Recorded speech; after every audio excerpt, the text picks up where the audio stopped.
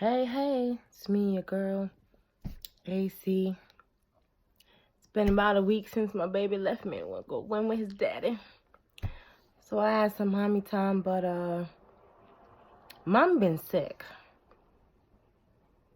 That's what mommy been doing while her baby's been gone. She been sick. I had a fever, 102. I ain't had a fever in years, so I'm still sick, coughing. So if you see me take a drink of something, because my throat's getting itchy and I'm coughing. So I wanted to talk about this topic about realness. You know, everyone is so real, and we always try to talk about and constitute what's real, what makes someone real, what makes them not real, you know, all the stuff. And one of the things that I constantly see is people talking about, you know, the realest people don't have a lot of friends. And I wonder, like, is that true? Do the realest people really not have a lot of friends? Or are people who are not good friends, antisocial, you know, other thing like that, are they using realness as an excuse as to why I ain't got no friends? So let's talk about that. Now, if you're around people who like to be around yes men, then yeah, you being real and you being honest, it's probably gonna be a problem, and you're probably not gonna be able to have a friendship. But I believe that most people want genuine people around them.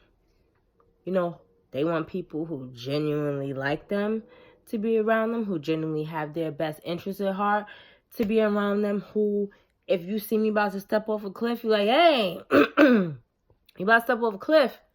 Like, back up. I think most people appreciate someone being honest with them, or being able to say, you know what, if I'm messing up, you know, my friend's gonna tell me, listen, there's certain things that I want to do that I don't even tell my friends. I'm like, I already know what they're gonna say. But I think most people genuinely want that. So I don't think that realness is an issue. What I do think is that some people have this concept of what constitutes realness. So I just ask, when you're being real, where is this realness coming from? What is your motivation? Are you being real out of love? Are you being real out of concern? You know, are you trying to lovingly correct someone? Or is your realness malicious? Is your realness rooted in embarrassing people or hurting people? Because, you know, there's times when being real with someone is going to hurt them. But how you deliver it, you know, might change. But if your intention is to hurt them, so where's your realness coming from? Because like I said, I think we could all respect someone coming to you and being honest with you about how they feel, even if it's not in line with what you're doing and what you're feeling. If you feel like it's coming from a good place, excuse me. All right, something to drink. If they feel like it's coming from a good place, I think most people can accept that. But what is your motivation? And it's funny to me because you always hear people talking about how real they are. First of all, I found out that people that always gotta talk about what they are and what they not, that is usually the opposite. Because see, you don't have to make announcements about who you are. Your actions will determine who you are. You don't have to walk in a room and say I'm the smartest person in this room if you are the smartest person in this room, because your actions are going to show that you're the smartest person in the room. So I feel like people who like to go around making announcements and I'm so real and I'm so real and it's usually not. I've known people who have told bold-faced lies on people that could have ruined people. I mean, being malicious, claim that they so real, but You out here telling real lies. You lying on people's character and all that shit, but you real? How? So we have to get into that. Because like I said, people swear they real and they just do shit that is not. It's not real. Okay? And real is not an aesthetic. Just because you wear your real hair don't make you real. Just because you didn't get your body done don't make you real. Just because those are the teeth that grew in your mouth, that don't make you real. So your aesthetic has nothing to do with your real personality, how genuine you are. So we could get that out the way. But seriously, a lot of people think that because what they're saying is the truth, they can say it whenever, however. And there's a time and place for everything, and you can't always do that. See, me, I pay attention to my friends.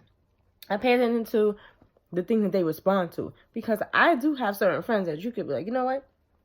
I don't think you should do that because that is really stupid. It just is. It's just stupid. And they could be like, well, why is it stupid? And you could explain to them, oh, okay. But then I have friends that, that's stupid. They will shut down.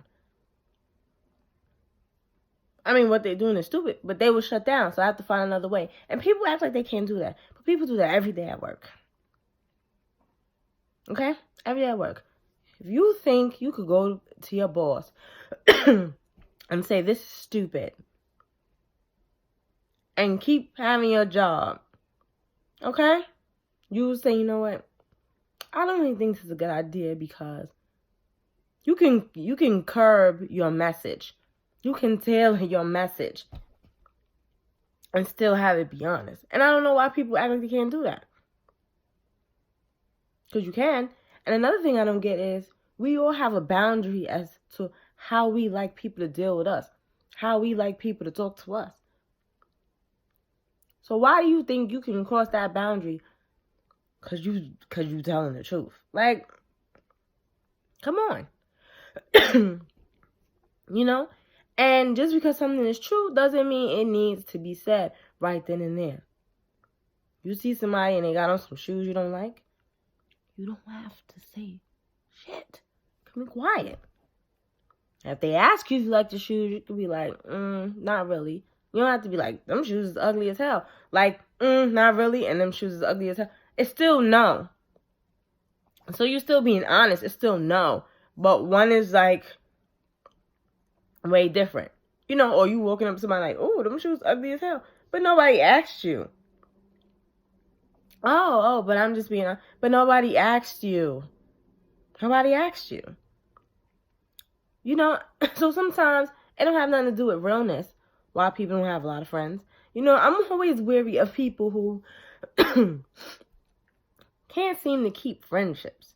Every time you turn around, they have an argument with this friend, argument with that friend. They ain't talking to that person. They ain't talking to this cousin. That, I always wonder about people like that. Like, what is going on in your world that you are always at odds with somebody?